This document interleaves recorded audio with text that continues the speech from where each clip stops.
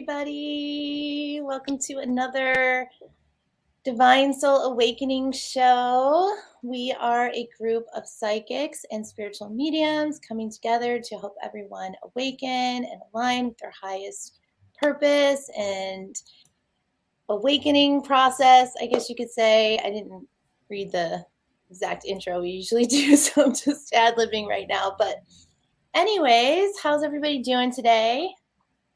Phenomenal. Great. We've got a really fun topic today. Yes, we do. So today's show is going to be all about twin flames. We're just going to have more of like a kind of discussion about the concept, what it means, what's out there, what the common beliefs, paradigms, understandings are. And then we're going to all kind of take turns sharing some of our own personal experiences with twin flame relationships, because most of us here, I believe, are in one currently.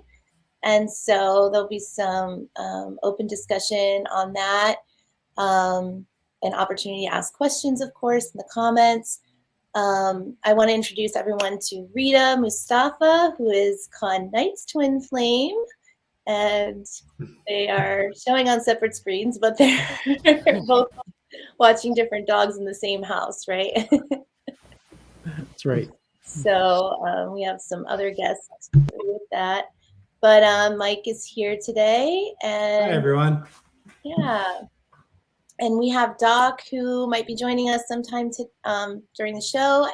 And Jenny Hart is usually with us, but she's taking some time off today. So welcome everyone. Hello. All right, so basically I put together a bit of a mini presentation that I'm just gonna kind of go through fairly quickly because this is sort of a deep topic, and there's a lot of ground to cover potentially on this. And I really want to get to more of like our own personal experiences with this. Because it's such a unique experience for us all, I believe, and we all probably have our own personal understandings and awareness of what this means to us and how it has helped us on our spiritual awakening journey. So I'm just going to preface this by saying I am in no way an expert on twin flames.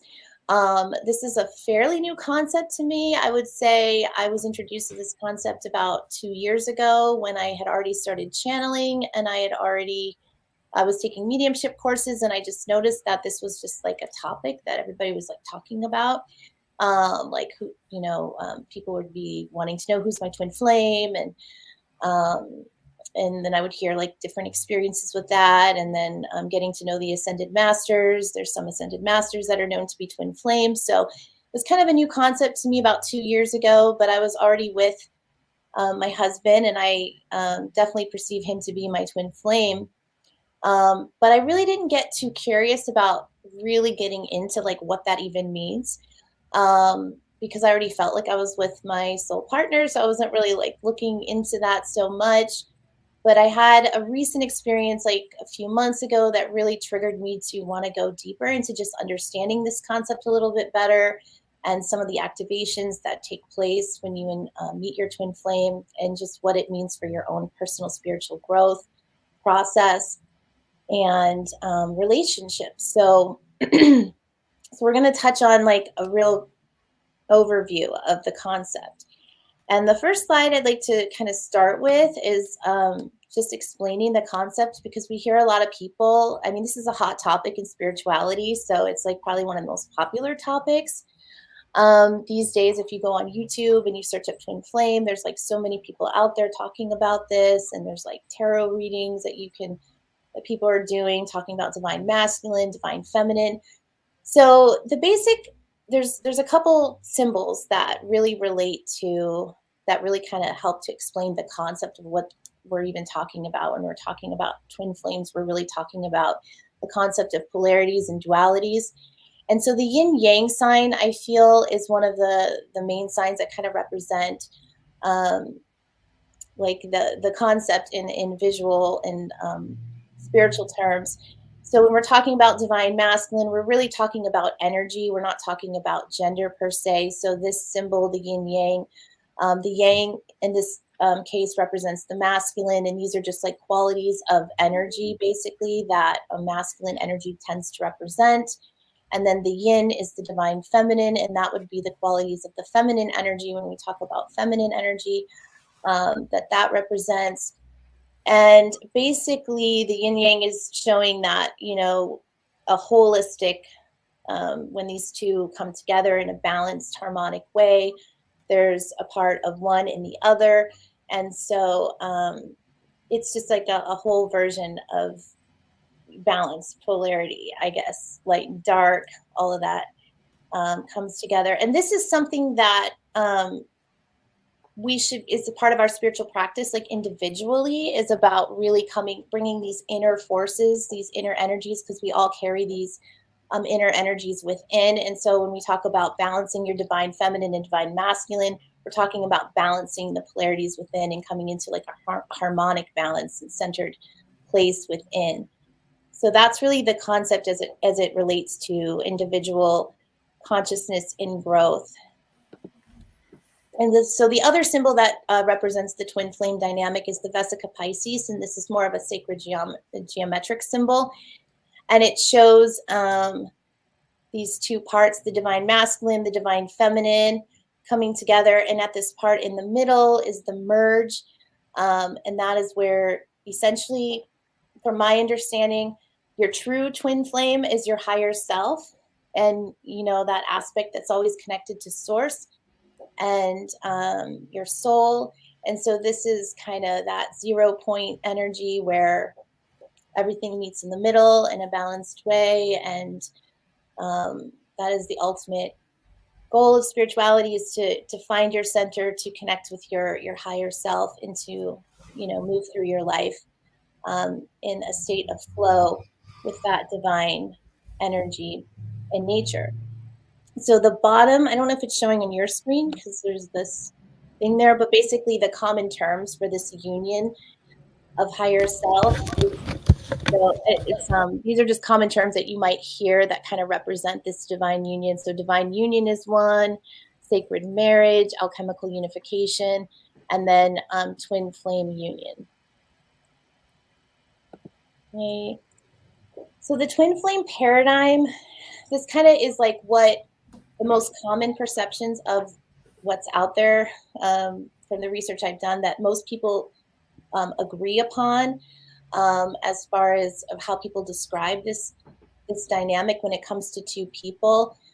So essentially, if we're looking at the divine masculine, divine feminine, we're seeing like in a relationship, these two, one person carrying more of the divine masculine charge and the other person carrying more of the divine feminine charge.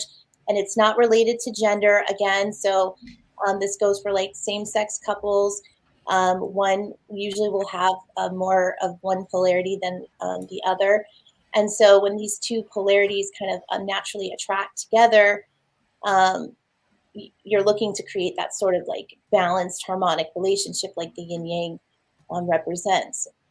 So, but with the paradigm that people are talking about twin flame, they describe it as a very intense soul connection, a deep spiritual soul connection. And some people describe it as one soul in two different physical bodies coming together. And that's kind of where I talk about the DM and the divine feminine, divine masculine polarity coming together. Some people believe that at one point we were like androgynous more, like this soul carried both polarities within itself as one whole unit. And then it was at one point split into two, put into two separate bodies. And people usually talk about that happening around the time of Atlantis.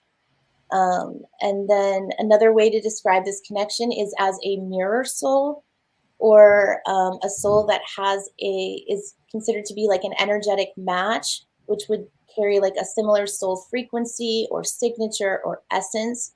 So that basically it's like you're looking in a mirror when you are with this person. So they mirror like a lot a lot of aspects of yourself, and we'll get more into like what that means later.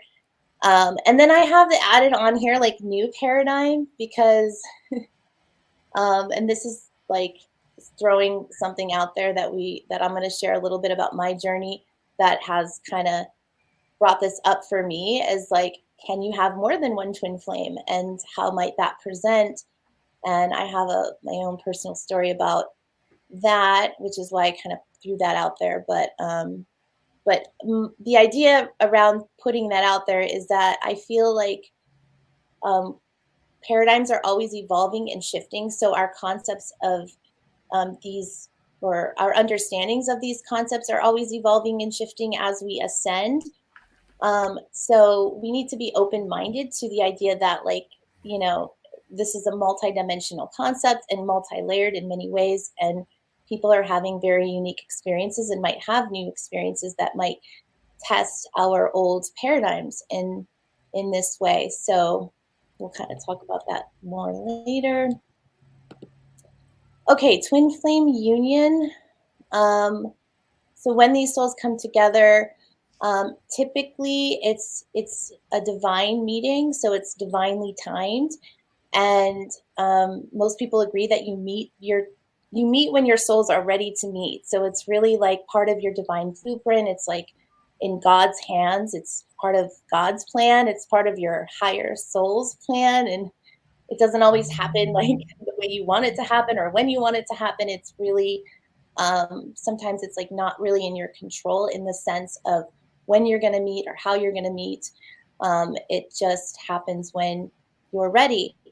And the other idea is that everyone has a twin flame, but not everyone is destined or contracted necessarily to meet their twin flame in this lifetime, because that might not be, the experience you signed up to have. So I think that's important to kind of understand, because I do know people, and I met people through mediumship courses that would say their twin flame was on the other side. They're like, yeah, my twin flame is on the other side. So they knew that their twin flame wasn't in a physical incarnation, but they still had some relationship with them on the other side. So that's also a potential.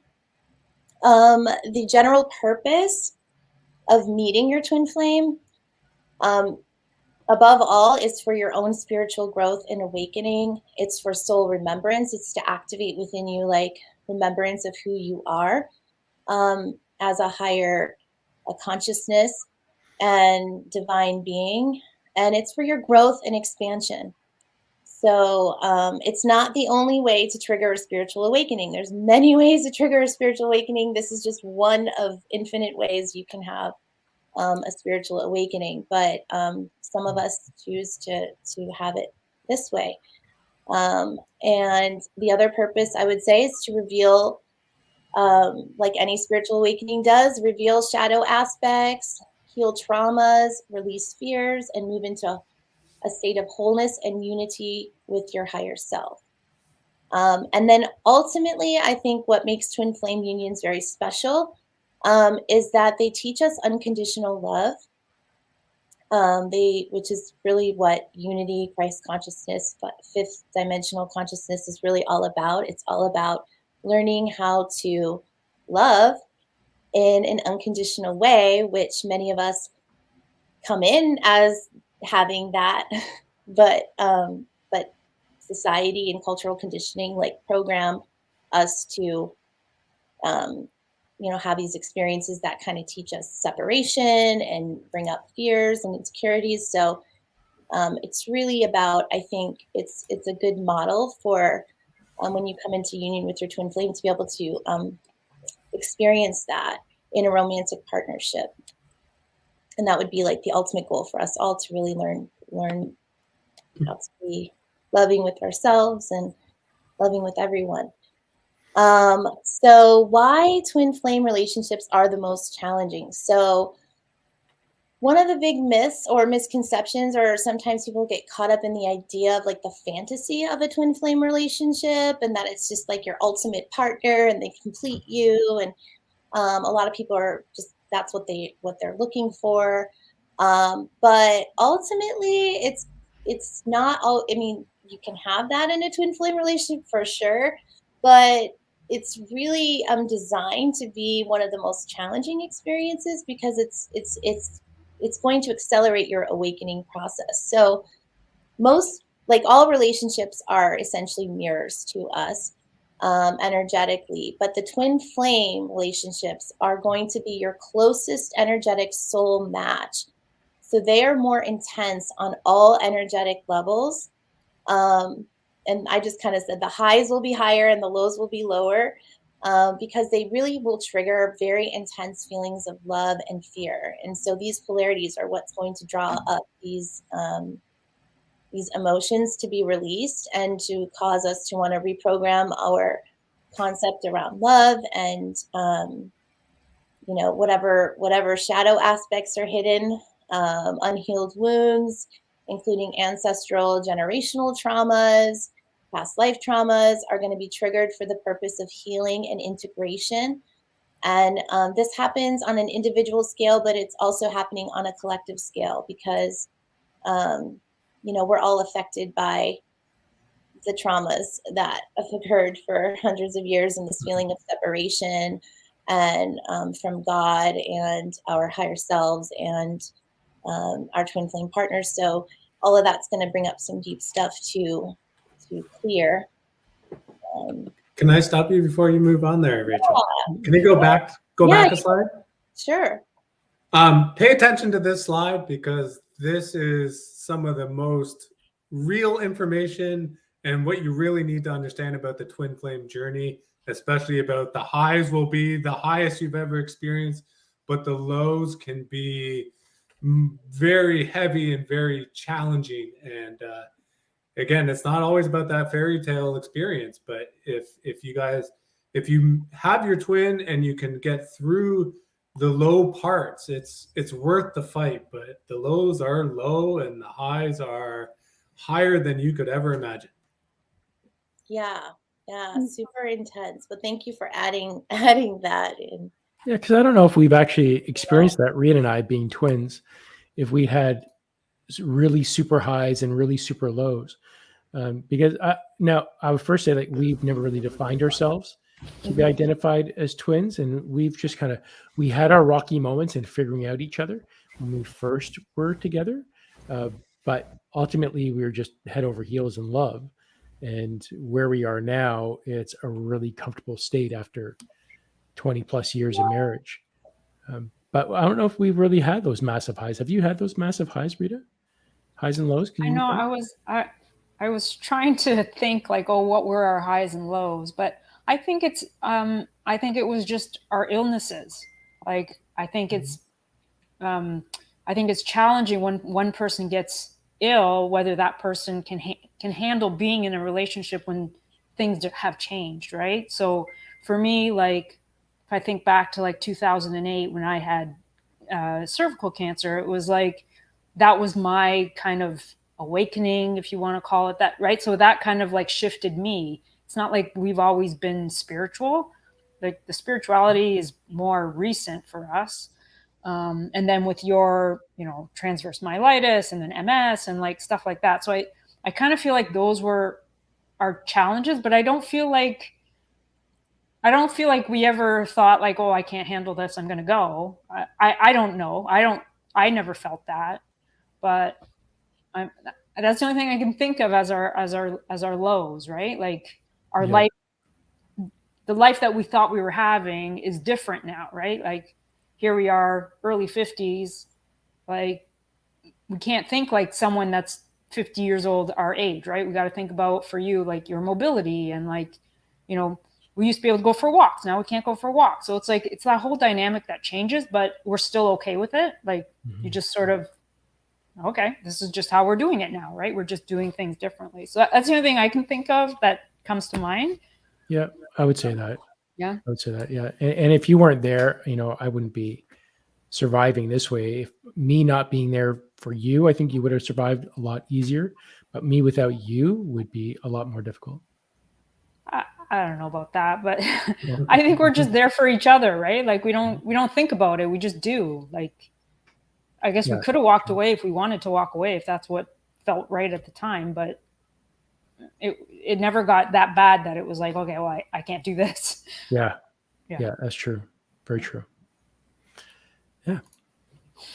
Yeah, well, I think, this will resonate, on different levels for different people, depending on your relationship. But yeah, it's definitely a relationship where you're going to like grow in your own awareness of who you are, and then who your partner is to you. And it should enhance your spiritual awakening process, and ultimately bring you closer together when you survive those challenges. But you guys have had some unique challenges that most relationships probably haven't had to face, so that's a testament to your love and your union, and your from a higher perspective, that you guys always knew, like, this is just the one. This is the person I'm supposed to be with, and that I want to be with. So that's beautiful. So let's go. Okay, so signs you've met your twin flame. And this is like coming off of a compilation of just what I think most people generally say, and all this stuff can be looked up on the internet. I mean, really, there's a lot of information out there, but these are typical, and it's a synchronistic meeting, so it feels like divinely orchestrated, like the way that you meet. Like you might be seeing a lot of synchronicities when you meet this person, and it just getting your attention, like, hey, to kind of like help you guys get together and find each other. And then one thing that's really common with twin flames is there's an immediate soul recognition.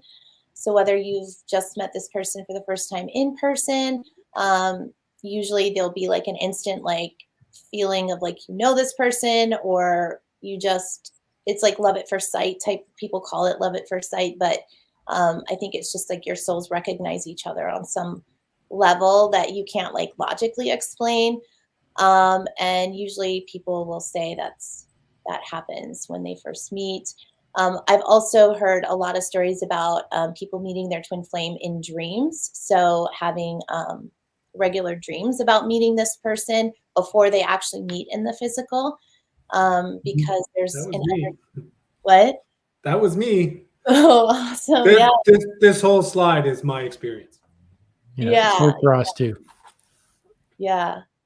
So very cool. So yeah, like when we go around, what I'd like to do is like to kind of like share like some of the things that like did happen for you or didn't happen for you, like that are presented here with your twin flames.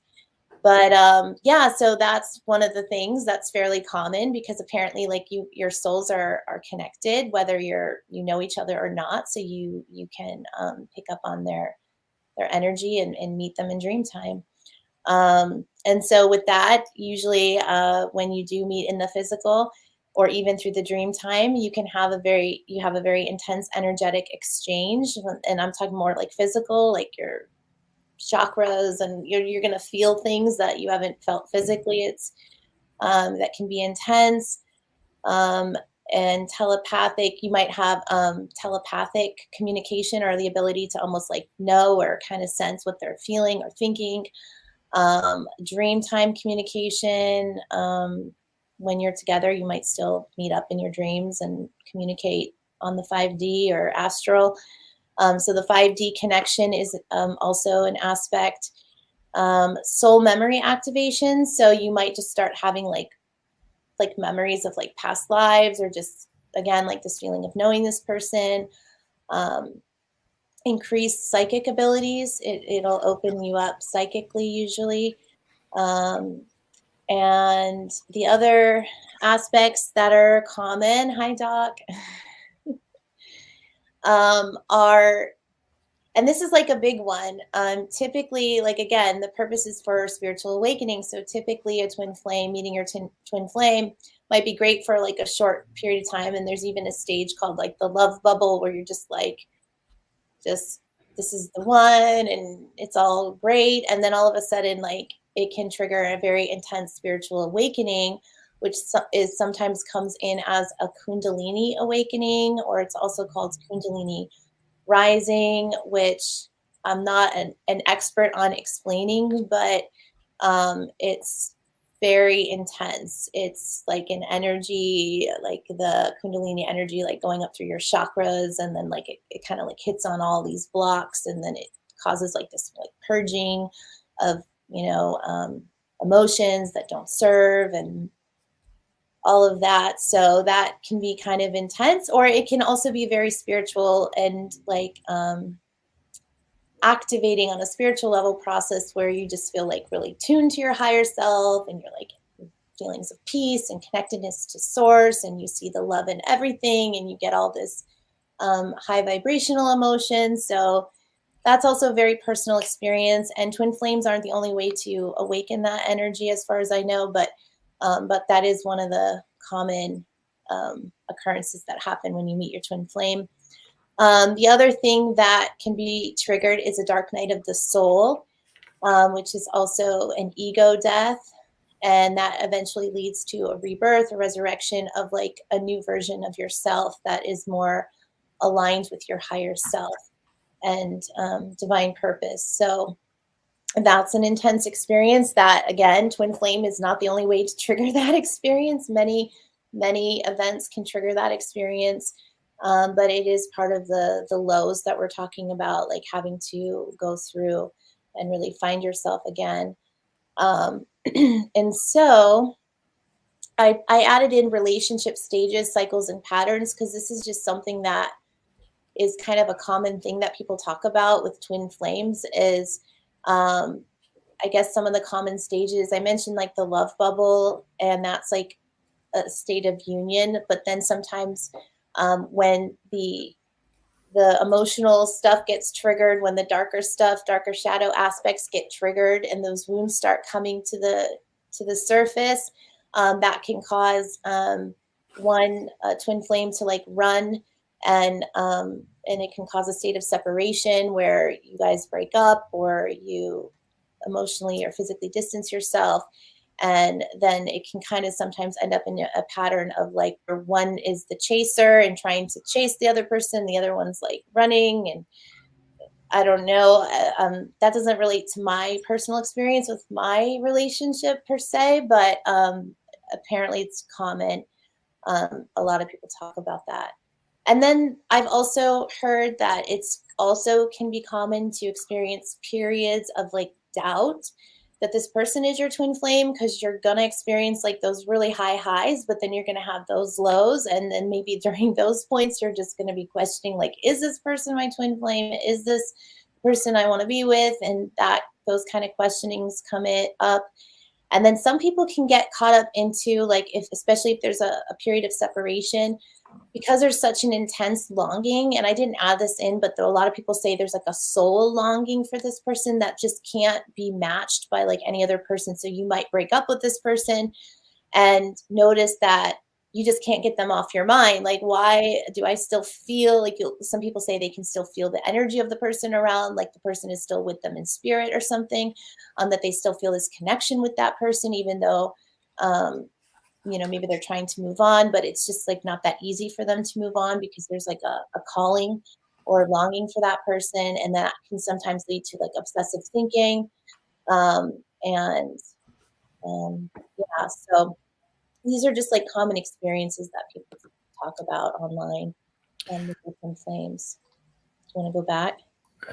Yeah, just to open the discussion on that, because I think there's some great points on there to talk about before we actually switch the subject, because my mind is just racing right now. And okay, yeah, let's talk about it. Get some yeah, so I know the divinely orchestrated meeting, and I was around when Mike met his lady, and you and Rita and I had something similar. I'd love to hear your story on that, Mike, because it's a cool my experience of your experience. My twin. Yeah.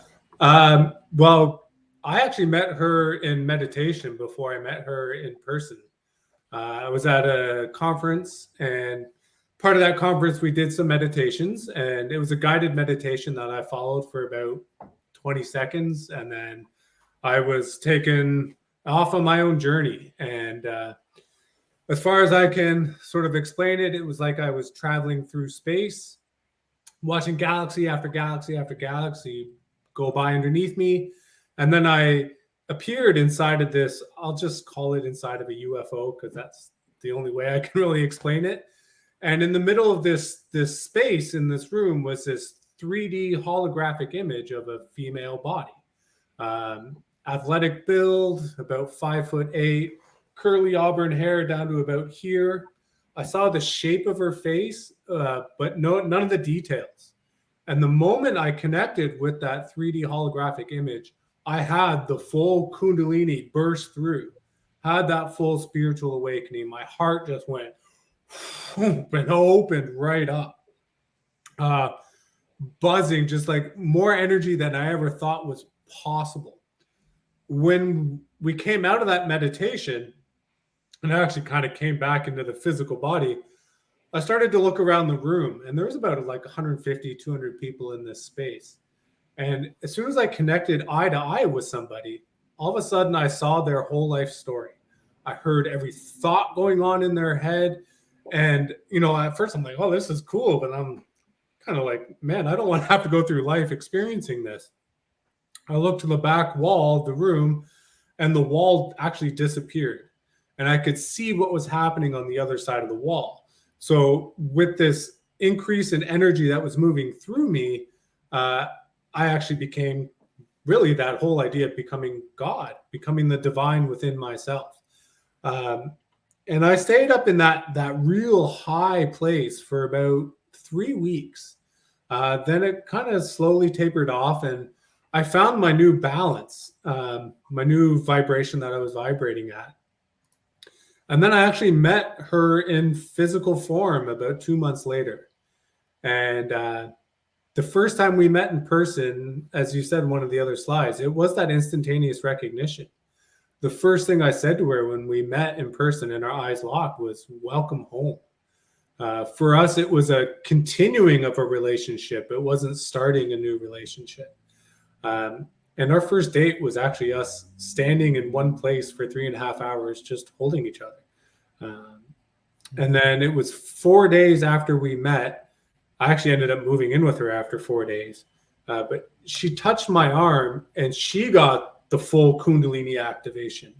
And for her, this was all new to her. She knew nothing about twin flame. She wasn't spiritual in any way. And this catapulted her. She actually thought she was having a stroke and was starting to freak out. And here I am laughing at her because I knew exactly what had just happened to her. But it did create this very intense love bubble, as you say. And it was about 8 months of just pure bliss and riding the high, and nothing was going to destroy us and knock us down. And then the reality of life kicks in, because you go through that intense awakening at the beginning of this union as to show you what's possible. Then you actually have to go back and look at all that crap you've been carrying that's been preventing you from actually living in those vibrations. And you know, I'll say for the last 6-7 years, we've had our ups and our downs, and it's been more challenging than easy. But, you know, we're actually in a stage right now where we are in a little bit of a separation phase, because we actually need our space, and we need that time apart to actually figure out who we are again, so we can actually come back together in that divine union. Mm-hmm. Beautiful. Thanks for explaining the Kundalini awakening. You explained it. It sounds like so powerful. It is definitely like a blast of your heart chakra opening up. That is really, because I had a little taste of it recently, and I don't know that I'd had that. Like I didn't have that experience with. Well, we'll get into my story later, but how that came about. It's a rising of the divine masculine and the divine feminine energy as it goes up your spine. So it's symbolized as like the two snakes that coil up the spine. So when you have that Kundalini experience, it is when you have that first experience of being fully balanced in the divine masculine and the divine feminine. And that's what causes that energy to rush up the spine. If you choose to associate with chakras, yes, the chakras burst open. To me, it was more just like my heart just opened up. I don't associate too much with the chakras, but the heart just boof. And that, like, as you said earlier, that unconditional love was just so beautiful and so overwhelming. You know, I was at a hotel. It was just like generic hotel food, but it was honestly one of the most delicious and beautiful meals I ever ate after that experience, because I could feel everything that was in that. The flavor of it all just came out so intensely. And you know, that Kundalini experience isn't something that you want to go chasing, because it can flip your life upside down in not a good way if you're not ready for it. You know, thankfully, when it happened to me, I at least knew what was happening, so it didn't frighten me. Yeah. Did you have any like uncomfortable feelings with that? Because I've heard It was, that. for me, it was pure beauty and joy and bliss. But again, I knew what was happening, so I was able to surrender into it.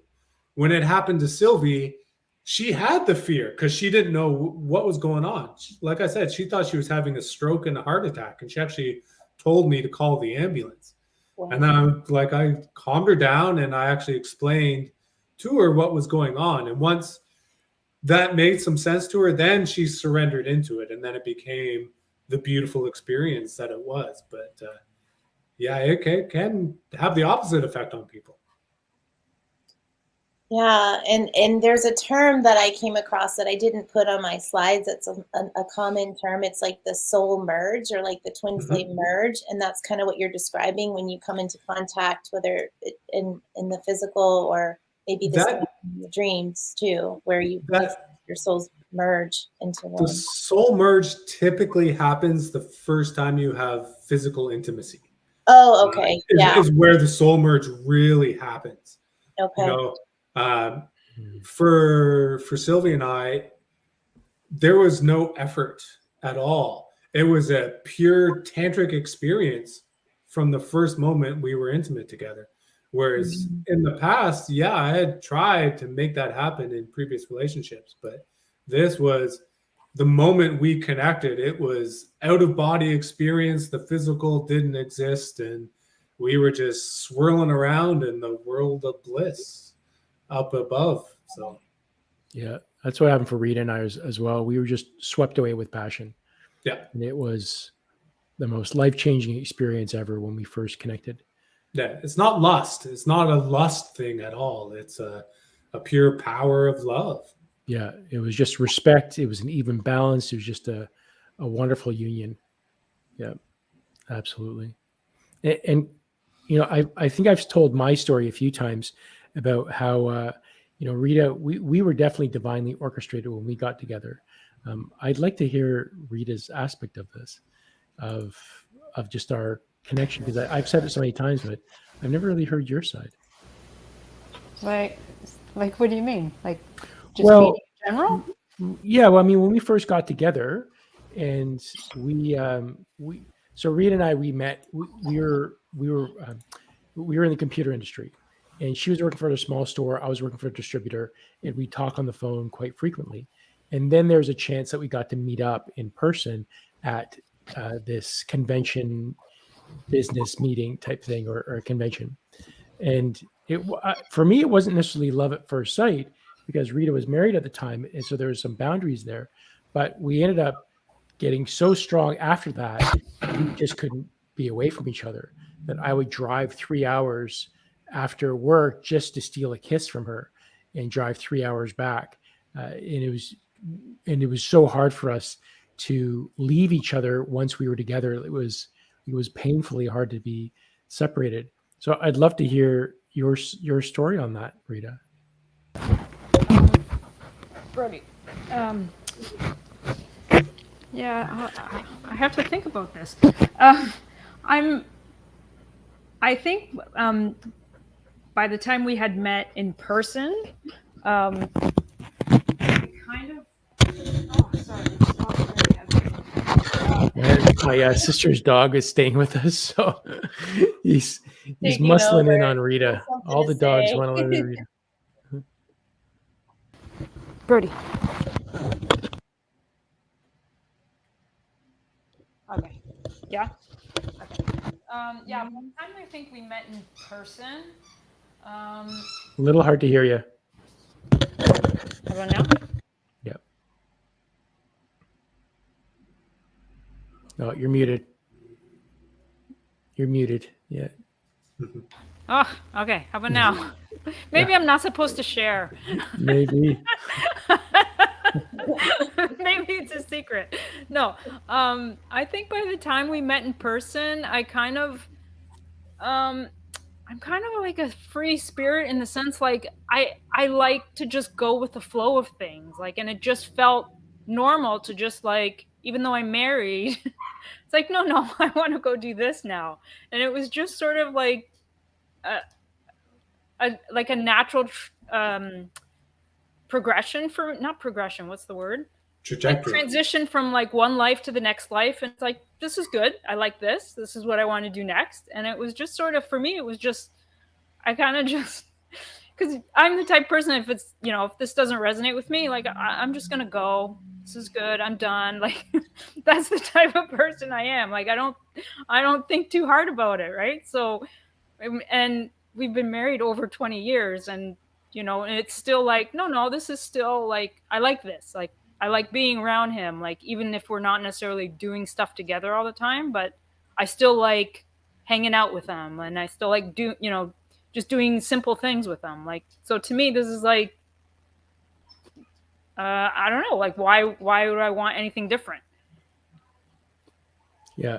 Even with, with my physical challenges now and just being together, we're not as active anymore. We used to live in the gym. We wake up 6 a.m., go to the gym and just be so active together. But Rita was always following her intuition and I was very rigid and mechanical in the way I drove my business. And she would always say that, like, you're so rigid. But it was me, after she had her awakening, me watching her and just being around her energy, that it kind of moved me into the stage that I needed to. And as the physical illness was setting in, the transverse myelitis and the MS was setting in this body, that's when I started exploring and looking at more.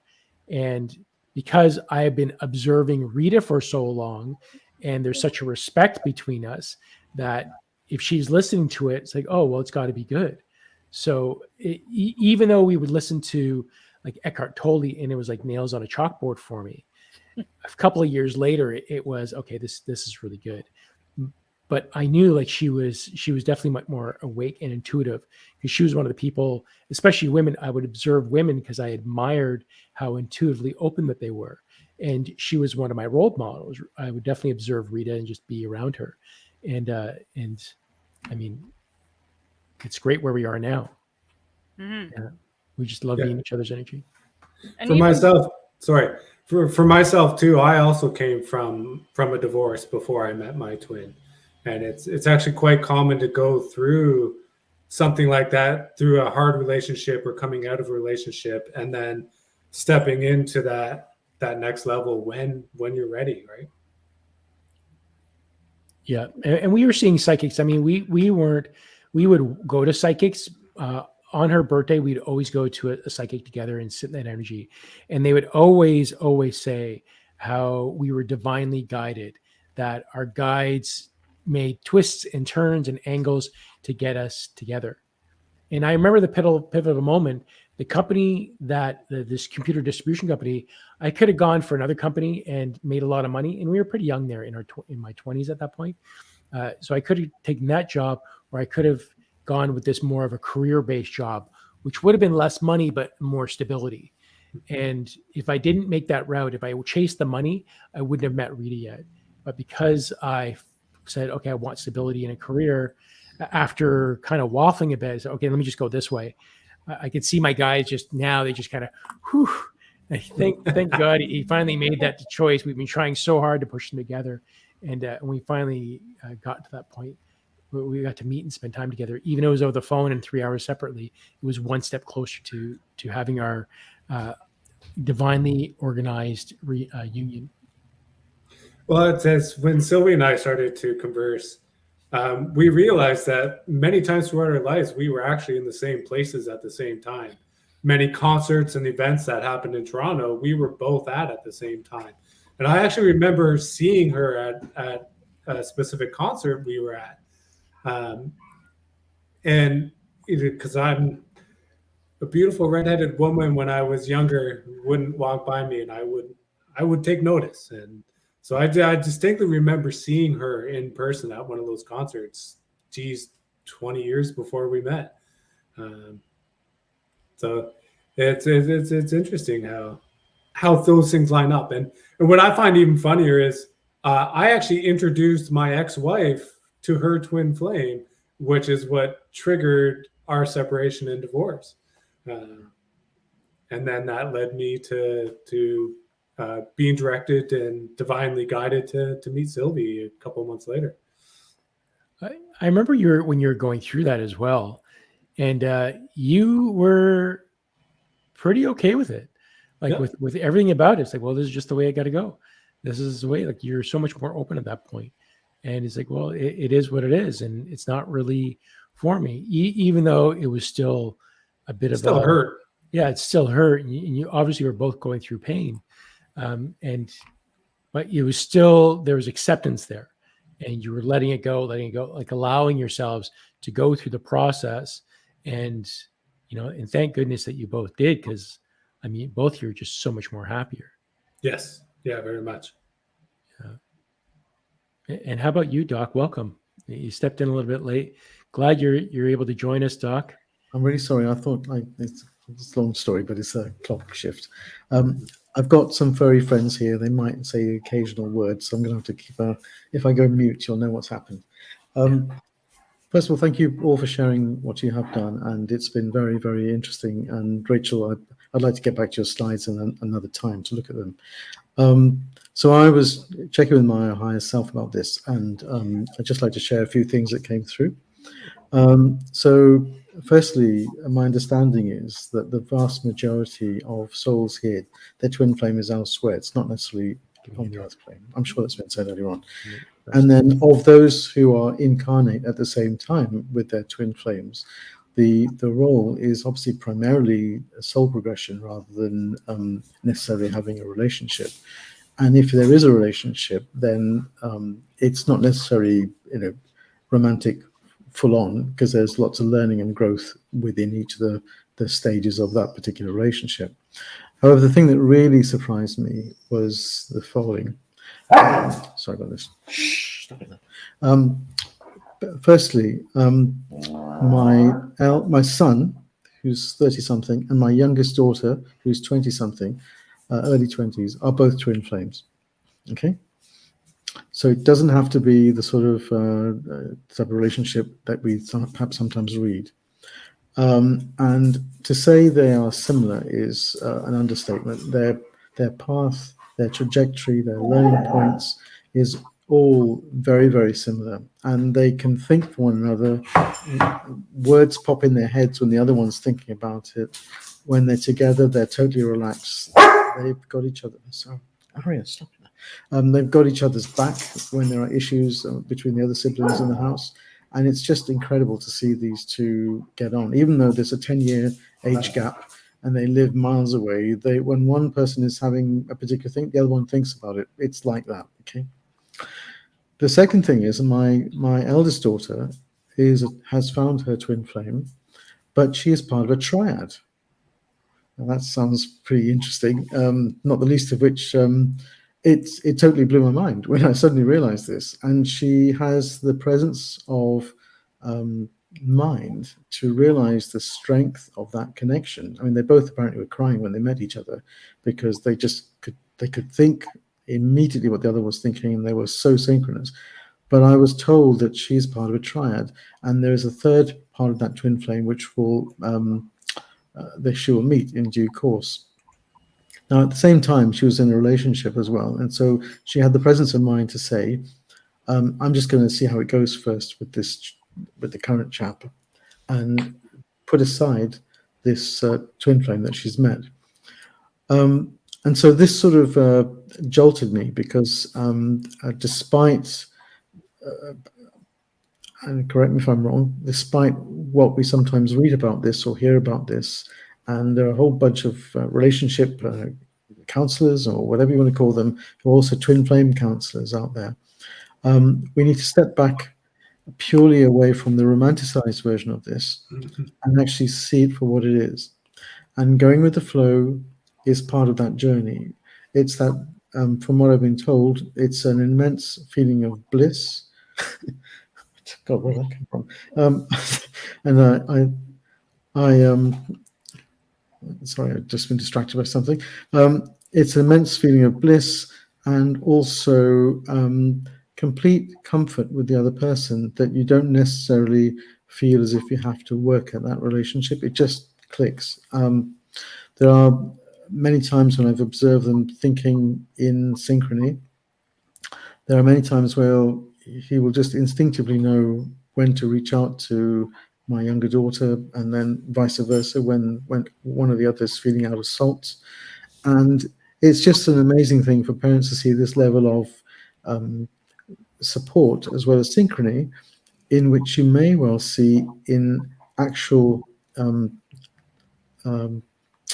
identical twins, rather than anything other than that. Okay, now this is just what I've observed. So it's just wonderful to hear what you guys have been through, because it's obviously very, very empowering and very powerful. But I would just like to suggest that there are other models out there that we haven't necessarily twigged on, and in some respects, it's not the only thing. It's, as you've all said, it's the soul journey, and it doesn't necessarily have to look like romantic sort of partner type relationship. It can be siblings in the family. I've had a funny feeling. I know a family where a parent is the twin flame to a child. Yeah, that happens. And I've got the sense of that. I haven't asked them, but it's just that we just need to sort of look in the round rather than just specifically on the on the quotes idealized and well publicized relationships that we may be aware of. Thank you so much, Doc, for bringing up that point, because I didn't have a chance to mention that on the slides. But yeah, for sure, I 100% agree with that. And so before we get into this next slide, because it just feels like a natural time for me to bring this topic up, I'm just going to take that off screen and go back to our panel view. Yeah, let's see this one. Or this one? Okay.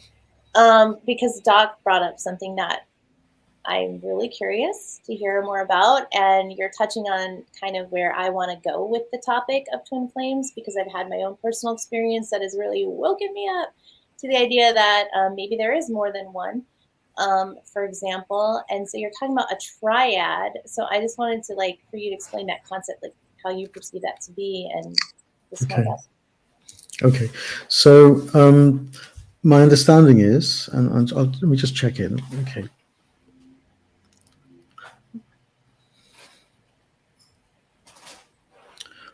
There are many forms beyond this discussion that are out there.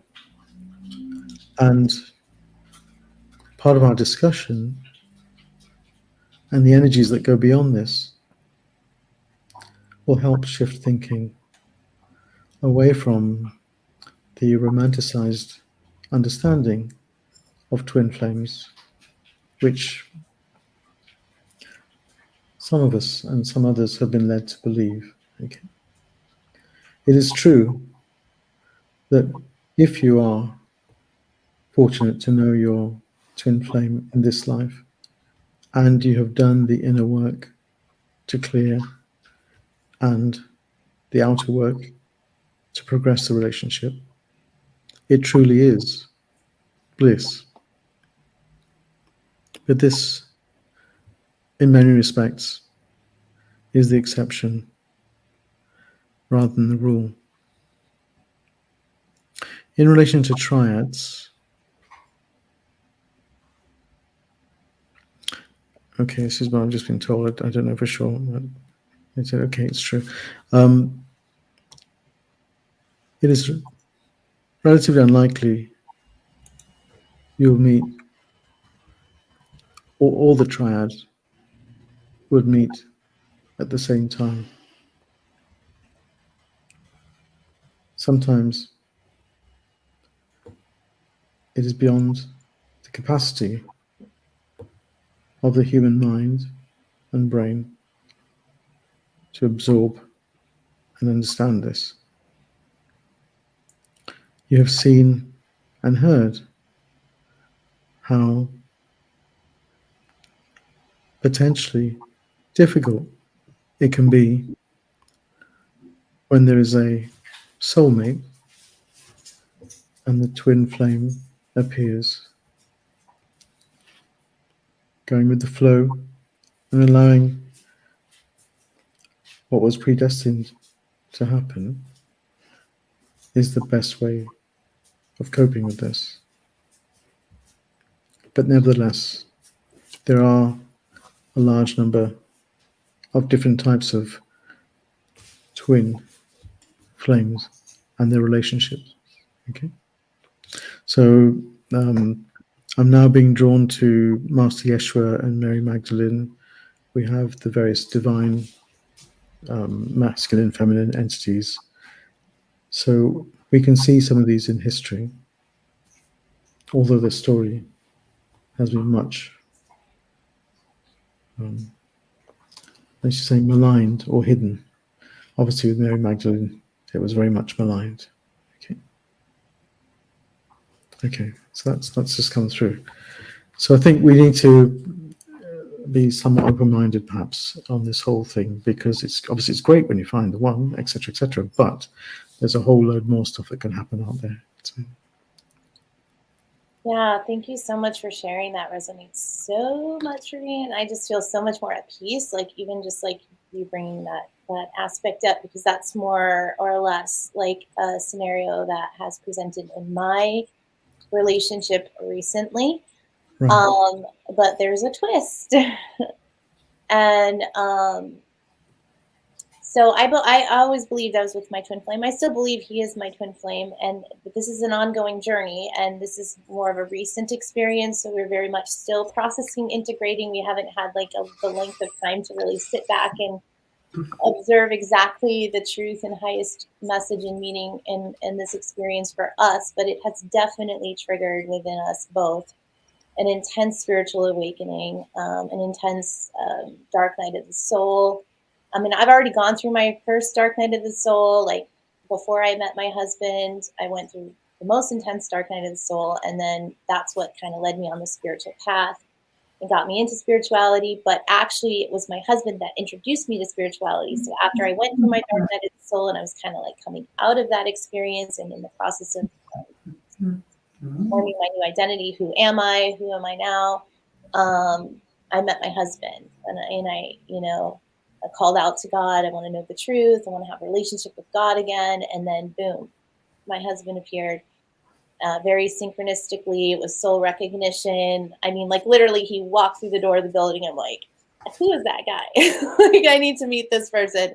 I had no idea. Like he was a customer. I was a waitress at a restaurant, and I just turned my head, saw him walk in the door, and it was like, boom. And then he said the same thing with me. And my roommate at the time happened to know him as someone who was a regular because she had been working there longer than I had. So she was like, I can introduce you. And, you know, and then we just connected on spiritual topics right away. It was like he had the information that my soul was seeking. And then he had already kind of gone through like his personal like meditation journey and all of that. And he was kind of coming back into the real world, like having just been meditating all day for doing all this, like all these spiritual practices. He felt really lonely, and he was like, I need to get back into the real world and start interacting again. And that's when he kind of started socializing again. And that's when we ended up meeting. So, and then he introduced me to all these topics and channeling. He introduced me to star seeds. Like our first date, like he was like, I want to get this book. And it was about like a channeled book from the Pleiadians. It blew my mind. Like, no, there's extraterrestrials out there that we can communicate with us. And whoa. And I was like, but for some reason coming from him, it just felt like, this is fine.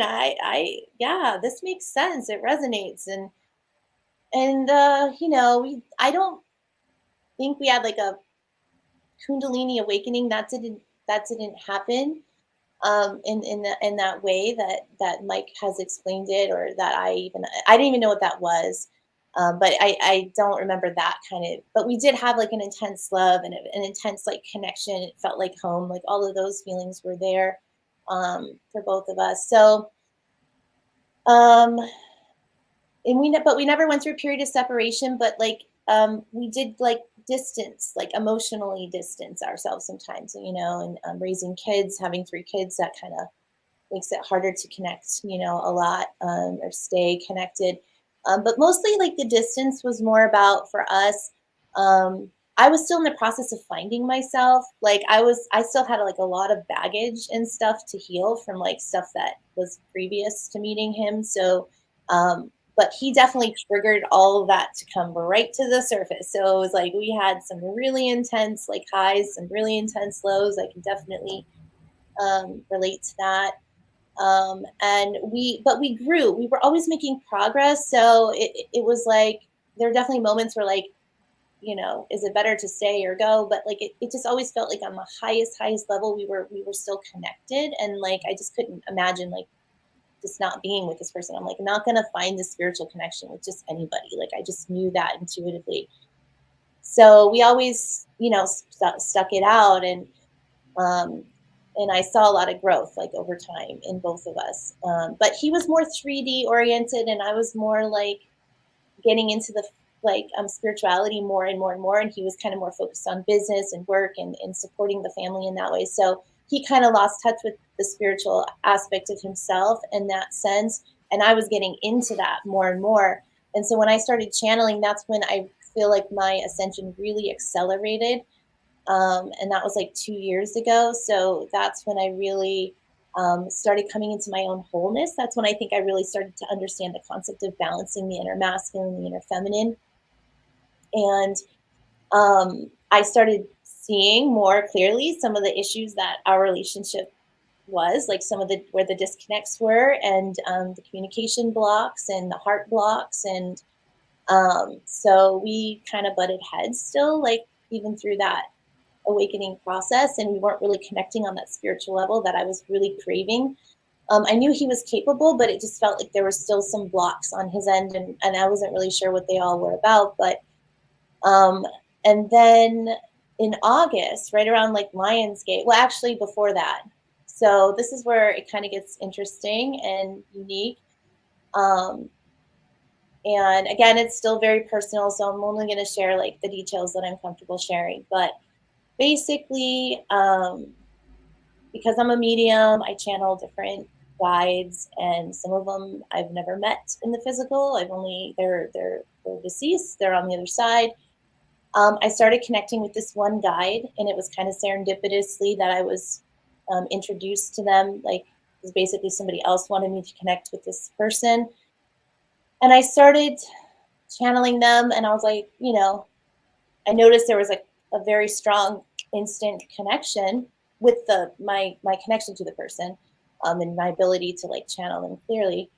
But then they started like, this was like back in April. So then this guide started like coming into my dreams, and that's not uncommon for people that I channel. Like some guides, if I've never met them in the physical and I'm not sure who they are, they might come into my dream time and visit me so that I can like get more comfortable with that connection and understanding of who they are, what their personality is like, so I can channel them. But this kind of started happening more like, that's how it started off. But I just noticed with this particular person, I had like a very strong telepathic connection with, like, so there was no talking in the dream. It was like eye contact. I just knew what they were thinking. I knew what they were feeling. They were like sending me messages. They were like, we were having this like whole dream time experience. And like, it was just more intense than any other person I've met in that sense. And then it just kind of, they just kept coming back into my dreams. And like more and more, it became like more personal. And it was like, it just was that strong telepathic communication. And then around like Lionsgate, like middle of August, I had a really intense dream where they came in and it was like we were just hanging out, and they were like, we made this eye contact, and all of a sudden I got this huge download of like all these feelings of love, like unconditional love. Like in the dream, it was like father daughter love, like romantic love. It was just like every form of love like just came in through this person and I making eye contact in the dream. I was like, whoa, what is this? What's going on? Why is this happening? Again, not somebody I met in the real life but knew of. This is like more of a public persona, but not someone that like everybody would necessarily know. I'm not going to share who it is, but basically that is the beginning of like when I started asking my guides, what is going on? What is this connection about? And they started using the word twin flame union, twin flame reunion. And I had knew the concept. And I had been told by another medium that my husband is my twin flame. So that had been confirmed to me like a year before. But I was really confused. I was like, what? How is this possible? What does that mean? Like, what's going on? And then I wasn't sure I believed it, first of all. So I questioned and I questioned. I got like huge downloads. The other thing that started happening was after I made that connection, it was like I was kind of like you, Mike. I had this like instant connection to like these galactic guides, and it was like they were just like downloading all this stuff about like your higher self, the law of one, blah, blah, blah, blah, like all this high tech like information that was just like, whoa, like, and I could just think a thought in my head and get like a huge download. I feel like I could have written a book on it, like all the stuff that came in. And I was like typing out all these answers. They were answering my questions, and they were explaining all these like really difficult concepts, and they're like, your human brain can't process this right now, like, you know, if we gave you all the information it would blow your circuits. And I was like, oh my gosh. So basically I'm calling that like a twin flame activation. So that actually happened in dream time. And then I had Jesus showing up, giving me the unconditional love, showering me like in my waking life. I wasn't trying to connect to this person in my waking life specifically. I was kind of blocking them. Like I was just like, I'm not going to connect with them. I don't know. It was just something about it. Like I was a little bit like, what is this? And unsure. And then I started to have Jesus coming in and showering me with all this unconditional love. And then eventually it led to like this point in my waking life where I just had this, like, I would call it a Kundalini awakening but it only lasted like, well, I wouldn't say it only lasted like an hour. It probably lasted a few weeks, but the bliss that you're talking about, Mike, it was like, I had this moment where like Jesus came in, Mary Magdalene came in, and they were like, you need to connect with this person. And this is why, because I was kind of blocking this idea that we could have this connection. And they were like showing me why we had this connection and why it was important that I merged with this person, like energetically on this fifth dimensional level, because this was all like a vision I was having. And they were, all of them, Jesus, Mary, this other person, they were all like downloading all these feelings into my heart, like feelings like Mary had for Jesus when he was on the cross, like all these emotional experiences. And it was just like beautiful. And I was having like synchronicities in my physical disappearing, like all these numbers and sequences and codes were like showing up. And I was like literally seeing God like in everything around me. Like God was speaking to me in that moment, and my heart blew open. I was crying for like, I don't even know how, like I was driving in my car actually, and I was just doing circles. Like I don't even know where I was. I felt like I like was in another dimension for like at least like an hour and a half. I just went to run an errand, and all this stuff like started coming up and out. And so that was pretty intense. And then as I was having that experience, it was like all those feelings of unconditional love, like you were talking about, and the bliss feeling. And oh my God, God loves us so much. He loves us so much, you know, all of that. And I could literally hear Jesus and Mary talking to me from that point on. Like I could just, like, they were an earpiece in my ear. They were explaining this whole thing to me. And then what happened after that? Like, so yeah, I had to like kind of like explain to my husband what was happening, and that sort of eventually led to like him kind of having his own experience with like what that means, and um, questioning like what our relationship is then, and just all this stuff, and then even like just how he viewed me and what some of our blocks were. So what ended up happening for about 2 or 3 weeks, Jesus told me that's when he said, you need to go on a detox now. Like after we had that energetic merge or whatever you want to call it, and that moment, he was like, okay, now go on a 12-day detox, cleanse, fast, whatever you want to call it. And then I would have dreams with this person, would come into my dreams, this guide, and he would like be helping me heal in my dreams, like ancestral traumas. Like I was purging all this stuff. And so he was like there helping me with this healing process, which is part of his role.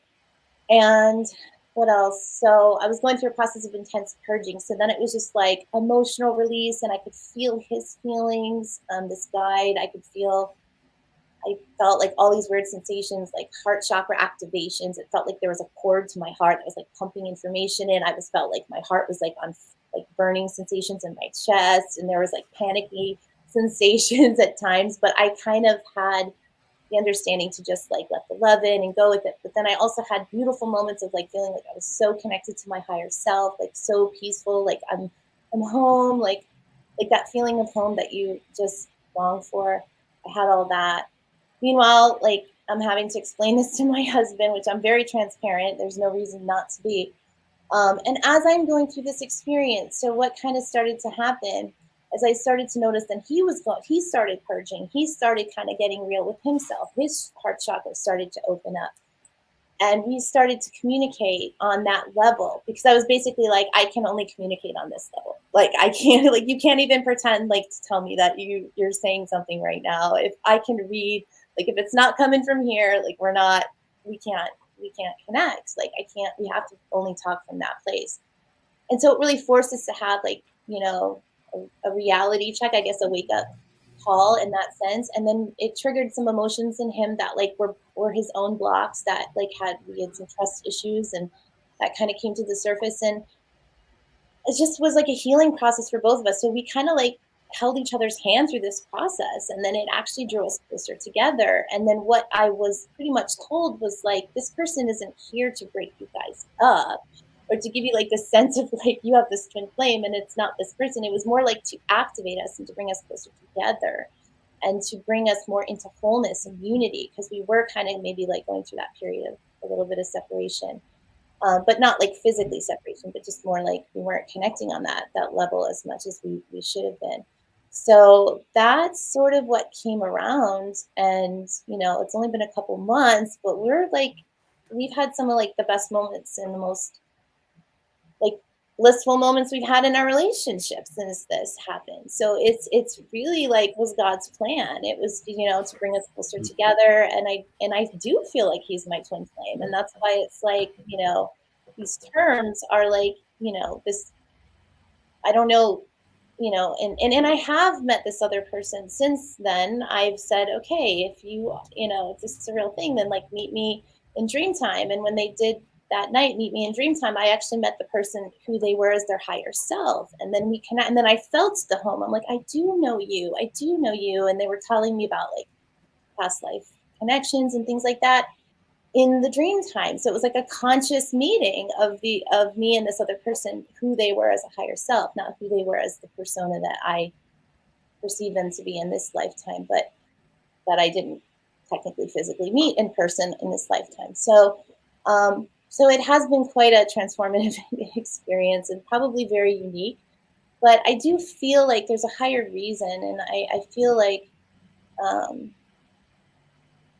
intuitively it's just like to expand our minds and to kind of break open like these old paradigms. Like, let's not limit ourselves on like what this relationship is about and what it can potentially look like, because honestly for me, like I needed a lot of healing and unconditional love when it came to like my father, my relationship with my father. And that's really how this guide really presented when they first came to me, was as that type of a figure to me. And yeah, and so it's been healing for me to like see like the idea of like how I was viewing the divine masculine and maybe not connecting with the divine masculine, and maybe I needed to heal that aspect within myself, and all of that. So I feel like it really just brought my husband and I closer together. So I'm I'm like, we're like grateful it happened, even though it was like a difficult experience. And we definitely went through like a little bit of an ego death there too. Like he definitely went through and I went through. So now we kind of look at it as like we hit the reset button on our relationship, and now we're kind of back when we first met, how we saw each other when we first met, before we went through like all these difficult times, and now we're like connecting more on that spiritual level that we always knew we had the potential to connect on and to create from. And so we're really excited about like bringing that back, and growing together now. And he wants to learn how to channel now, and it's like you brought up quite a few good points there. And okay, yeah, you know, my personal experience, I did go through that detox phase as well. After Sylvie had her Kundalini experience, we actually didn't eat anything for about 5 weeks. We survived just off of being in that vibration, and it was that cleansing and detoxifying. We weren't hungry at all. We didn't have the need for physical sustenance. We just survived off that high vibration. So that is could be a common experience, especially as you start to integrate these higher vibrations and energies and aspects of consciousness. You need that detoxifying to get rid of those lower vibrations that have been stuck in the body. And another point that you did bring up is, I think an important thing for people is really, yes, this twin flame is a concept, it's an idea, it's a great idea, but at the end of the day, just drop the labels. Get rid of the labels that are associated with the relationship. And some relationships are intense, some aren't. And you know, a lot of the issues that Sylvie and I started to have was because we were actually researching what twin flames were. And we actually noticed we started to manifest the issues and the problems that the internet world says you're supposed to go through. And we actually just like kind of stepped away from that. So traditionally speaking, yes, we would fall right into the whole idea and concept of what a twin flame is, but we stepped away from those labels, and we're a relationship. We have that intensity, and there is that deep connection on that soul level, but we had to free ourselves from the limitations that are imposed just because of a twin flame label. Yeah, and I think that's so important, because that's where like I was coming into like difficulty with my situation. It's like, who's the true twin flame? And then it just becomes about that. And it's just like, but that's so like God is so infinite. Like it doesn't even matter. It's just like, yes, we're all one and we're all connected, right? Yeah, from the highest perspective. I mean, we all came from one, and then we kind of separated. We like started to individualize into these separate ideas of consciousness and souls, but yet we're all connected. And so I did talk to a medium about my experience. I was a little bit like, who do I talk to about this? But I had one that I was guided to connect to, and she told me that she's met people with 2 twin flames, 3 twin flames, and then she said that like as the higher you go up in your ascension process, the more you're gonna meet these like energetic matches, or these souls that are like maybe part of your soul grouping. And so it kind of expands your idea of twin flame. It might just not be like just like so simplistic as like one soul in 2 bodies, because I don't know if that fully resonates with me. That's how a lot of people like try to simplify it. It's one soul in 2 bodies, so it's no different than like meeting your past life incarnation of yourself in this physical form. And I don't know, it's just I understand like we have to kind of like have some sort of concept to start to understand it as some level, but like I feel like the sense is like the more higher up you go, you might meet twin flames, because I've heard also from doing my own research that some people will have twin flames that are like galactic, like on another planet. Like, I mean, we are multi-dimensional, and from my understanding of consciousness, like there's aspects of us existing in all dimensions simultaneously. So it's just like broadens your perspective of like who you can meet. And going into the astral realm, you can meet a lot of souls and have different experiences that you couldn't have like on Earth that can be just as spiritually activating and awakening. So I think if it's triggering an awakening and you're healing your traumas, you're integrating your shadow aspects, and you're really learning to like love, unconditional love. That's really the ultimate, because that's what we need to anchor. That's why twin flames in relationships, all of the different forms, are really important to be on Earth right now. And that's why I think that, and it's 1122 as I'm looking at the clock, and these numbers, the 11 number and the 22 and the 222 are twin flame, represent twin flame energy, because the 11 is the 1 and the 1 coming together as the 2 with the merge, and it's the complete balance and harmony of that yin yang. And that's why the 2022 year is an important time where like these activations are, it's almost like they're set to occur on a very collective scale. So a lot more people will be having these types of experiences, and continuously so, as we continue to accelerate. And if you think of like as a person, as a soul, you're always evolving. Like, so the more you ascend, like the more you evolve. And so as you evolve, I look at it as like you might meet like these souls that are like at that level that you evolved to. You have an energetic match on that level that is here to teach you something. So that's why I feel like we shouldn't even limit our understanding of how many people we might meet that potentially have that frequency match with us. So Marty brings up a good question. She asked what's the difference between a soulmate and a twin flame before we get to Doc. And sorry, Doc, I know you want to say something, but no, it's okay, it's fine. I can answer that question. Great. So soulmates tend to be more your fun-loving romantic relationships, the ones where you just really get along and enjoy life. Your twin flame, a twin flame relationship by definition typically has a lot of mirrors to it. It forces that deep shadow work within yourself.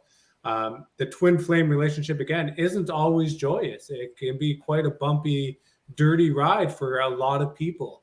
And it's more about that individual growth and spiritual attainment through the connection, where a soulmate, again, tend to be more the fun, loving, romantic, easygoing, more so the fairy tale love that people are looking for, more of a soulmate connection than a twin flame connection. I'd say that's more what Rita and I have then, is more of a soulmate connection, I would probably say, because we're just so happy. Yeah, because a twin flame connection, it's, my wife and I, we are the exact mirrors of each other. Where I'm healed, she isn't, and where she is, I'm not.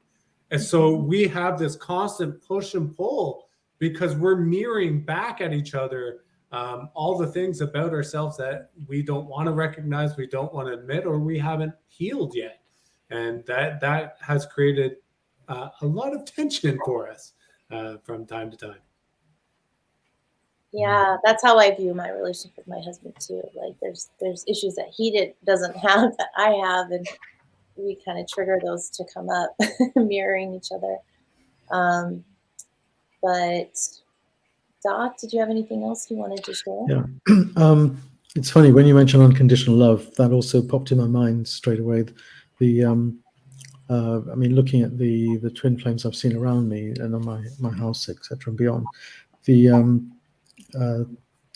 beyond the actual relationship is this understanding and expression of unconditional love, which is on a different scale.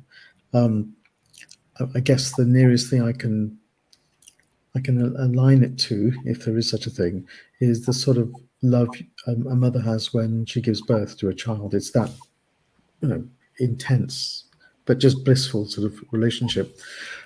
The thing I'd just like to sort of row back a little bit on is that we've been obviously looking at it from an individual experience in different ways. But actually, if you stand back and look at the the whole of the shift into the 5D and beyond, twin flames have a very important role in anchoring energies that previously haven't been anchored. So, correct me if I'm wrong, most of this discussion has been about individual experiences of this, but if you stood back and looked at the whole of the globe, then the twin flames are anchoring in energies and what's the word? New divine blueprints of love. Yeah, exactly. And the so what I'm getting is that those who know that they're in twin flame relationships are also sparking the awareness of twin flame relationships in others. And this will amplify. I've just seen the whole world, the whole globe just lightening up as if it's made of little lights, but they all coalesce together. And this is part of that greater expansion of awareness. Everyone has a role to play, as we all know, but in particular, the twin flames have another role. Sorry, it's my dog here. Have another role that goes beyond the activation that individual light workers have. And we're seeing a lot too, well, at least in my experience, because I've met a few people who've met their twin flames, and from my experiences, that they're starting to spread around the world and starting to move and relocate. Sylvia and I ended up moving out to an area. It's been 6 years now, and we felt we were just the universe pulled us to this area, and it was as soon as we landed here, I just saw us being an anchor point for an energy for this area to start to uplift it and start to heal this region. So yes, we are going through our own personal stuff, but we also understand that a lot of what's going on in the community around us is actually being reflected in our relationship. And so us processing that is also healing the community. And by having gone through, for example, dark night of the soul and all the other bits of our internal growth, when we are, or twin flames are, in a better position to provide support for others going through that at an earlier stage of their awakening. But the twin flame relationships have had perhaps a broader view, or have seen it to a greater depth, and who can then draw on those experiences as resources for others to learn from in due course. Whenever it's the right time, it's the right time. Yeah. So true. Yeah, I'd probably say, speaking more on the soulmate perspective, because we're just giddy in love all the time. We are a lot of people that come to us, we're helping them see beyond that. Even though I'm more on the gushy love side and the emotion side, and Rita's on the physical side of things. So, but combined, we typically help people through these aspects that they're going through, and we find just like our home ends up being a portal of just pure love that's just transmuting everything that's being released around, and we're transmuting so much energy on a constant basis at not only communal level, but a globe and universal level, that we're just transmuting large chunks of consciousness of fear and hate and anger, and we're just exuding love to the point that our environment and neighborhood and the people around us, that's what we attract. And just our whole neighborhood and this piece around us, you can see aspects of it changing, where flowers and raspberries and food is popping up where you don't expect it. And that's really from this aspect that if I was to summarize based on what Mike was saying and Doc, that, the twin flames are releasing and disconnecting, whereas the soulmate ends up collecting that from around and really being that main portal. So we're all kind of doing our job collectively, awakening the planet and really shifting it into a beautiful world.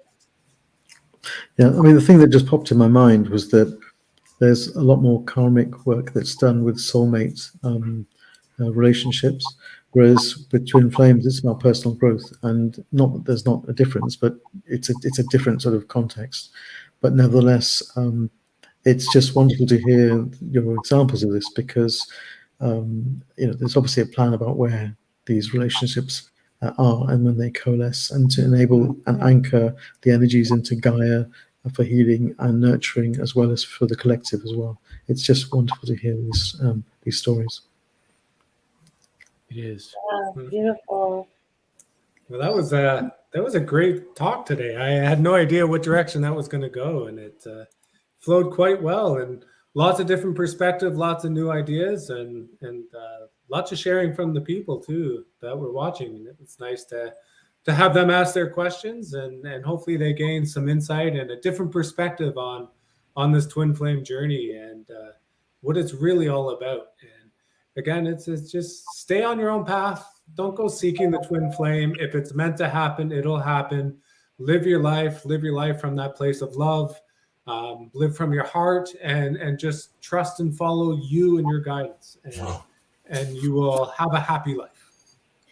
Yeah, and just to add, because I did have one last slide, but that's pretty much what it generalizes. It's a good summary. It's like, because people always want to know that are single, like, how do I attract my twin flame? And there's just so many people, like, you know, trying to tell you how to do that online and all this. But the reality is, like, if it's meant to happen, it will happen in divine timing.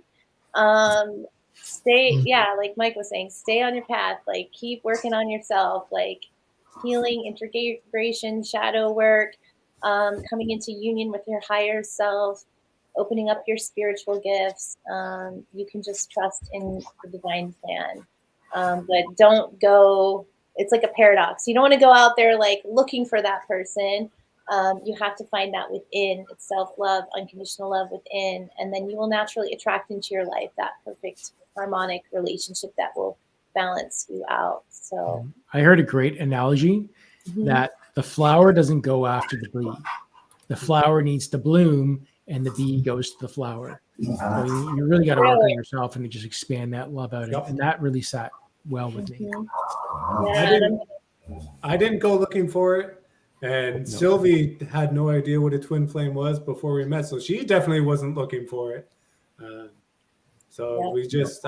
I did my work, and I put myself into that position to draw in a love that I'd never experienced. And poof, there it was. As you said, Mike, it's drop all the labels. Yeah. It really is it doesn't matter. We didn't even understand the labels. We're just in it. And even with the labels now, I tend to drop the labels more and more, because that tends to pigeonhole you in something when it really restricts the unlimited quantum of growth of where you really could be. So let go of all that, as we've kind of all said in our different ways, and just keep on working on yourself and be love and allow what's meant to come to you to come to you. All right. Well, sorry. Did you have something to say? Yeah, just a quick thing. You mentioned labels, and also a mention of triads was mentioned earlier on. So, in a lot of the stuff that's out there about twin flames, inevitably, sort of A is romanticized, and B, the aspects of this that are discussed are male and female. In this enlightened world about alternative views of gender, which I still get very confused with, it may not necessarily be male-female. It may be male-male, female-female, and or something else. Who knows? But the main thing is, it's the heart which will tell you, and you'll know when it happens, if it's meant to happen. Yeah, it's not about physical gender. It's about the masculine and feminine vibration. And in reality, our whole goal is to dissolve both the masculine and feminine vibration altogether, and just find that balance in the oneness, right? And that's what happens with the twin flame, is they come together in that oneness. Yeah, that's right. And well said, Doggy. Way to wrap it all up. Yeah, well said. We have our next show in 2 weeks. It's on November the 16th. The topic will be intuitive healing, mental and physical issues, the easy way. So out there's a lot of information on healing from the mental and physical issues, but how do you exactly do it? Khan is going to share the totality of his journey to heal his body of MS and to discover the simplified method that is at the root of all healing. So we'll see you guys in 2 weeks. I'm really looking forward to that talk. because I met Con when he was going through a lot of his physical ailments and starting on this journey. So I'm really excited to hear his story and what he has to share. Thanks, mate. Yeah, Excited me to share it. too. So with that, let's all say goodbye. If there's any other anyone want to share anything, say anything before we get going. Otherwise, we're going to see you in 2 weeks. Bye, Right. everyone. Bye, everybody. Bye.